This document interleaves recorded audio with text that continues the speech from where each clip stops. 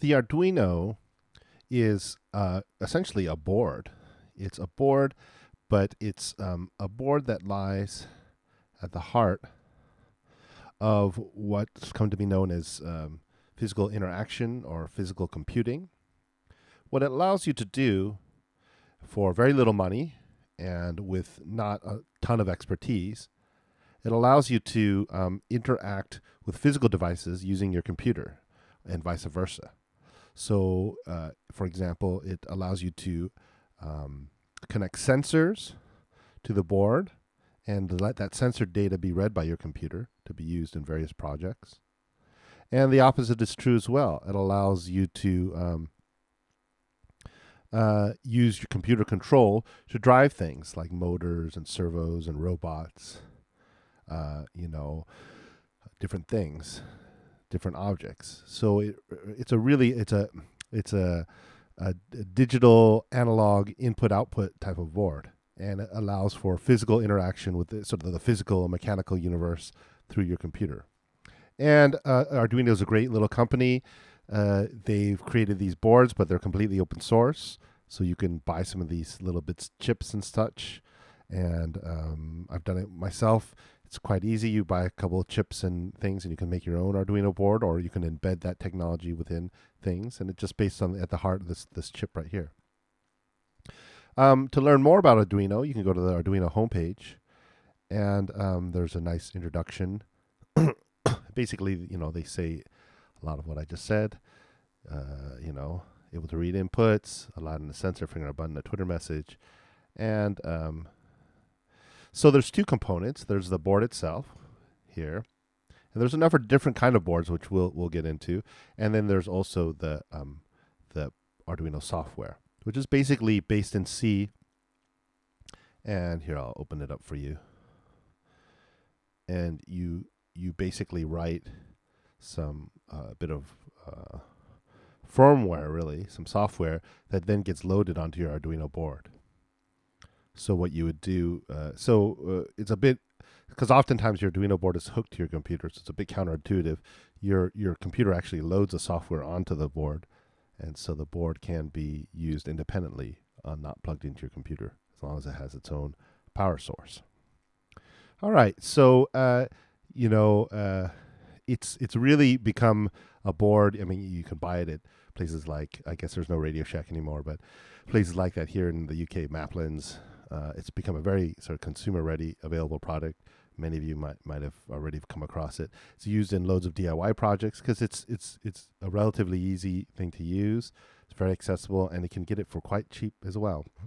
As well as the sensors and such. So pretty sophisticated projects have been, really through boards like the Arduino, have been, come to the hands of everyday man. So if you want to make a smart house and turn your lights on and off using, say, an iPad or something like that, you turn your TV on, et cetera, you can probably do that relatively inexpensively using Arduino and the software that comes with it.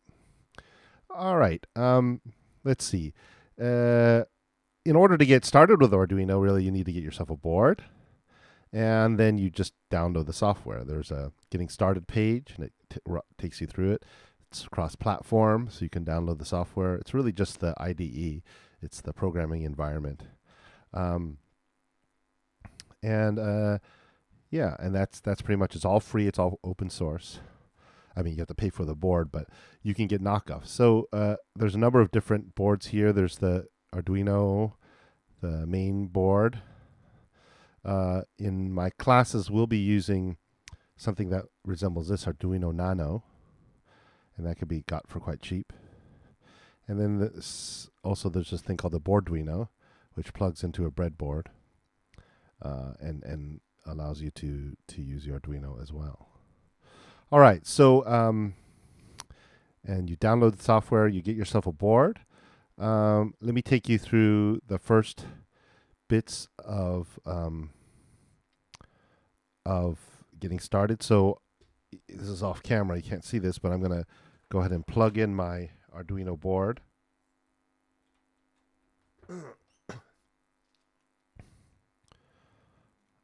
Okay, and I'll open my Arduino software IDE. So the first thing we want to do is we want to look for our board under Tools. So we want to decide which board. I happen to be using a Nano. And then the processor, whatever it happens to be. This one happens to be 328. And then the port will be this one here, which is already chosen. Okay.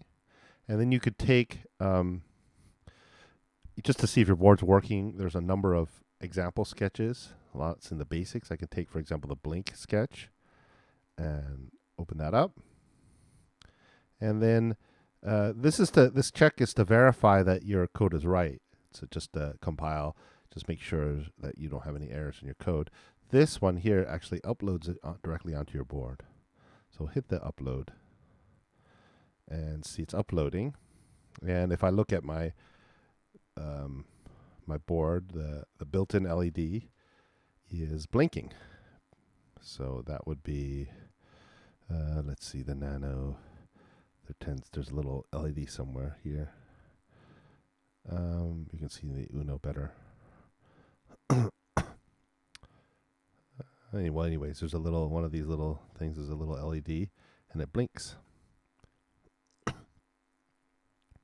Well, that's pretty much it for the intro. Additionally, I'm just going to go over for folks who have bought this board, or these are ones I'm using in my classes. There's an Amazon page actually. If you go to this Amazon here, and I'll try to include the links. This is the one we bought, Studio Nano, and actually in the questions and answers it tells you, so you just have to load a driver because it uses a different chip for the USB to serial chip.